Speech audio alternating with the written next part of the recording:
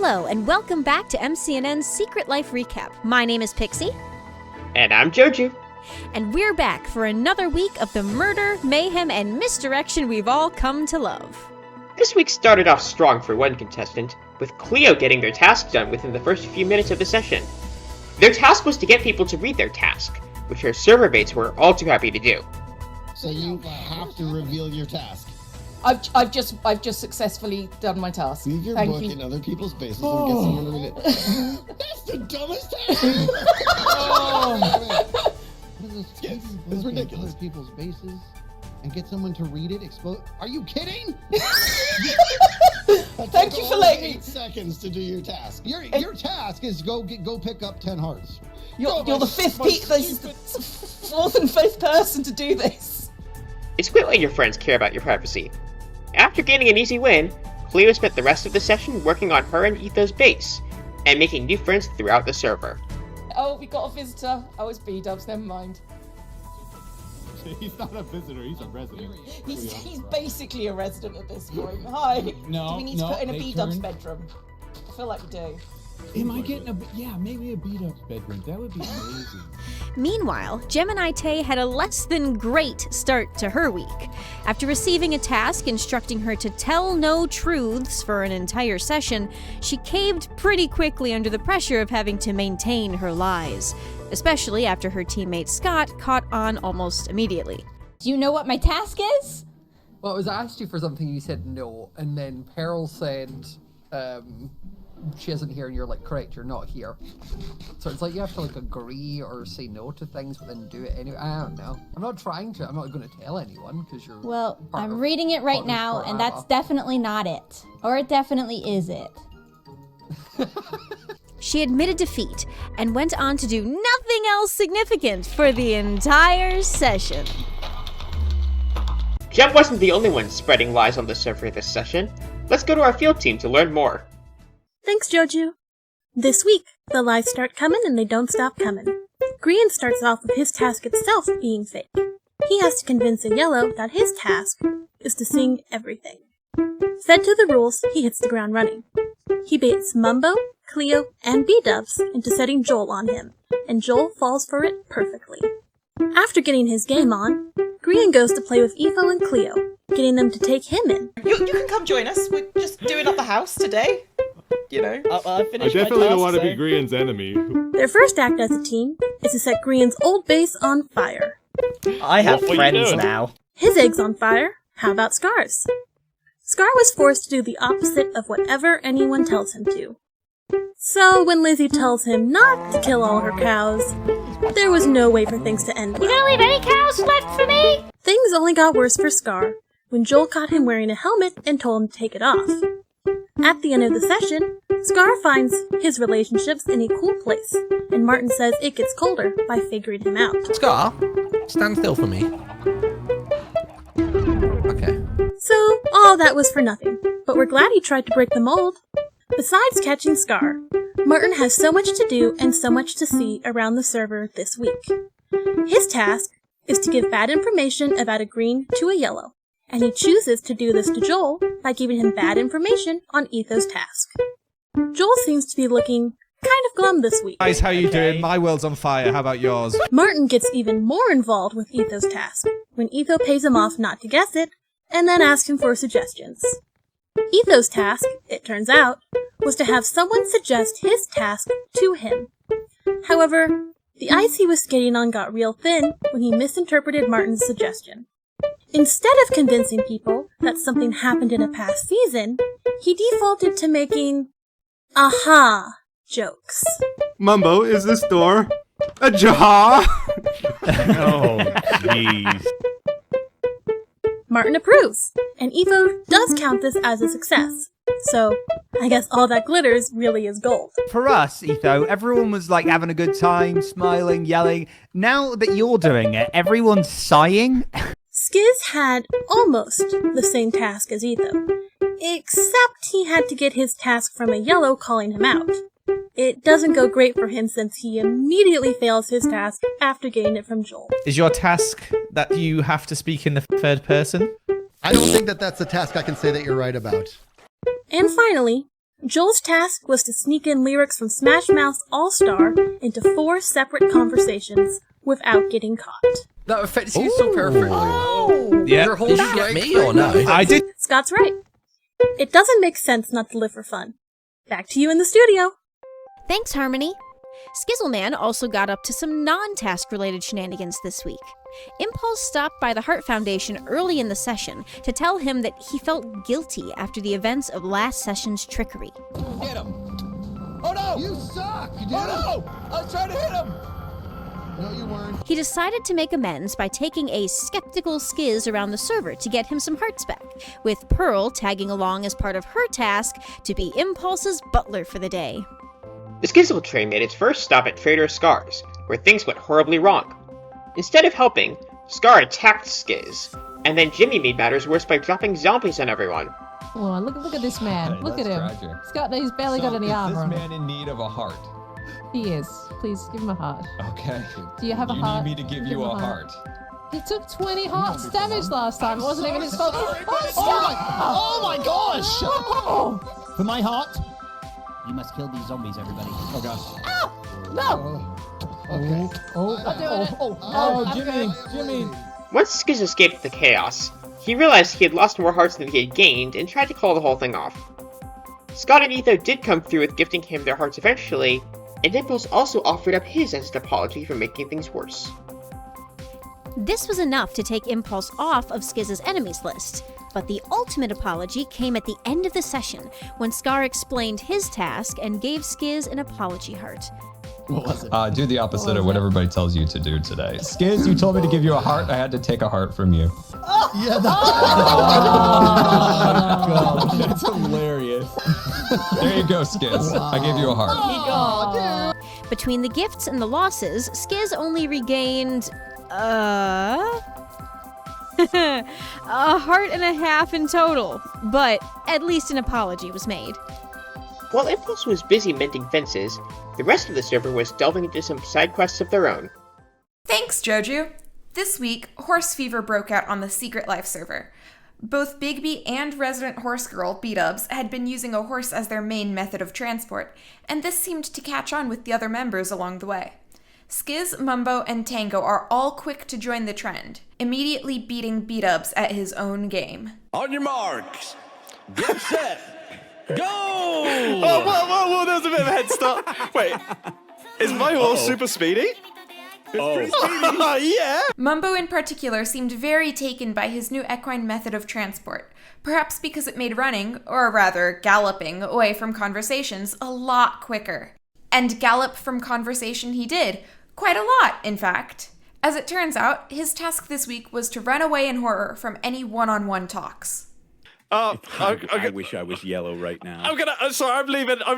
Oh, no, I'm not leaving. This is a one-stick horse. One unintended side effect of all this horsing around soon revealed itself, as suddenly a caravan of riders started to follow Mumbo around, though, thankfully, never leaving him alone with only one other player. The caravan began with 6 people riding behind their leader Mumbo, but they didn't all stay until the end. First Etho, then B-Dubs, and finally Gem left the herd, frustrated and confused by Mumbo's weirdness.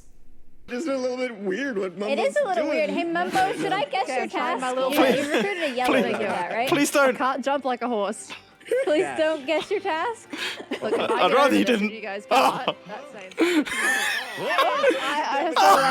Gem, I'm sorry. I'm guessing your task. Only Pearl and Impulse, riding together on a camel, and Tango stayed by Mumbo's side. The latter had a good reason to. Tango's task was to mirror Mumbo in 3 conversations with him, which was ironic, since Mumbo couldn't be alone with him. Impulse and Pearl had less reason to stick with Mumbo, but they did until the end, even when Mumbo discovered that zombie horses don't float and got stuck in a river. Horses don't swim We're gonna well. take damage. Oh dear. Oh no! Go as low as My we can. horse! Mumbo continued to ride his horse all session. His sudden obsession seemed strange, even to the other members. Thankfully, this also meant it functioned wonderfully as a repellent to yellow names attempting to guess his task. And this guy, he won't get off this stupid horse. Oh, that's bait. He's definitely staying on that horse just to bait us. Just in time to help all these new horse girls navigate the server on their trusty steeds, pathways began appearing connecting all the bases, courtesy of Lizzie, who coincidentally had a task befitting the occasion. Creating infrastructure was hard work, though, so she tricked Scott into helping her. Or did Scott trick her? Figure out someone's task and complete it. You can show them this task when you think you've done it and get them to confirm success. How am I meant to find someone's task? As it turns out, Scott managed to guess Lizzie's task, and his help was less altruistically motivated than he let on. But their work was a great bonding opportunity, and 2 more people joined the Horse Girl Club. I might just follow you for a bit. Where are you guys heading? Well, horse girls doing horse girl things. That's exciting. After all was said and done, Scott revealed his task to Lizzie, and both were able to claim their rewards. Hard work rewards itself, as Lizzie also managed to win the Heart Foundation giveaway this week, even if it took her a while to realize that fact. Oh, wow! Oh my, wait, what is happening? Why did I just get a bunch of hearts? What the heck? And that's the end of Horse Girl life this week. Back to the studio. Thanks, Lyric. Let's check in with the most cryptic player of the season, BigB Stats. His quest to confuse and baffle the rest of the server continued this week, with Jimmy serving as the primary victim of his hijinks. Yeah. Do you feel it? Nice. Do you feel the fear in the air? I feel the chills. I've got the chills right now. All right, let me get you this food, though, as I promised. Yeah. Wait, what's the purpose of this, though? Why did you bring me down here just to see this? Dude, who are you? What is this? I don't know what's happened to you over this season, but you're freaking me out. BigB's task only added fuel to the fire, since he had to compliment people every time they took damage. He chose to compliment people's hair of all things, which, given some of the things people said to him, was probably the nicer option. Bro, BigB, that hole changed you! BigB, that hole changed you! Given what his task was, it was probably a good thing BigB wasn't at the dragon fight with how much damage was dealt during the battle. We did mention the dragon fight, didn't we? Rosaic can take care of it. Rosaic? Thanks, Pixie. Secrets and Whims led to a never-before-seen advancement in the live series this week. The dragon has been slain.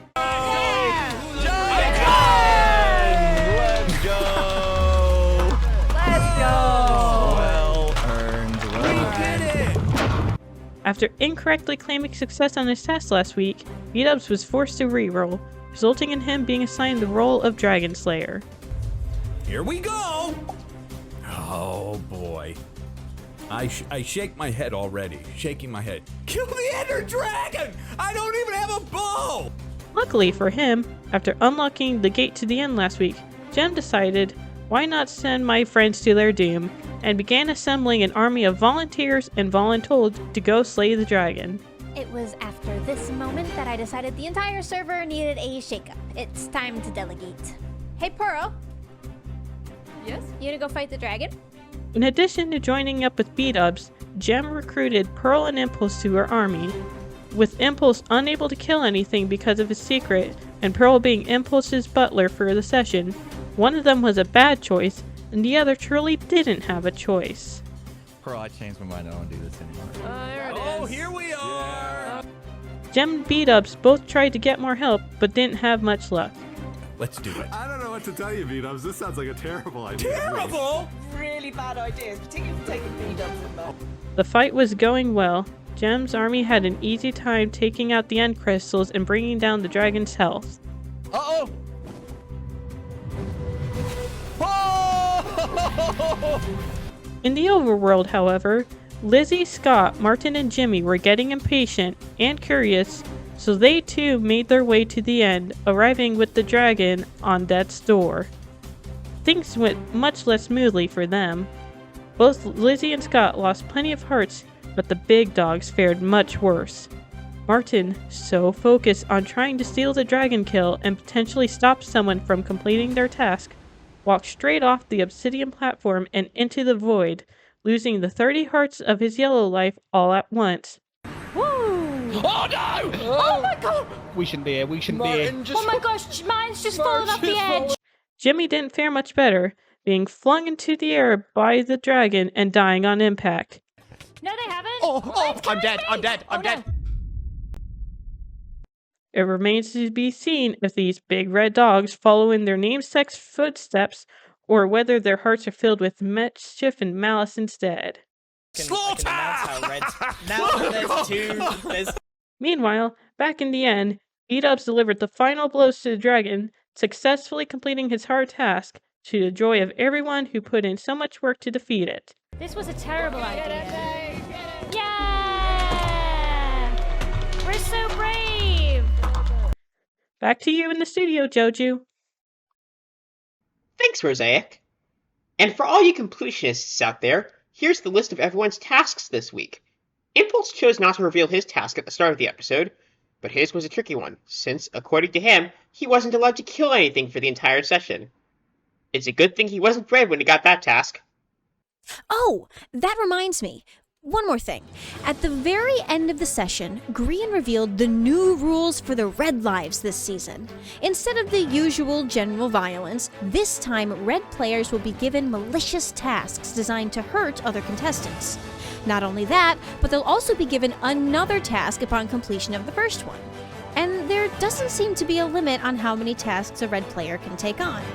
We look forward to seeing how Martin and Jimmy use this newfound power, as well as any other players who may turn red next week. Thank you for watching this week's Secret Life Recap. I've been Joju. And I'm Pixie. And we'll see you next week for more tasks and trickery.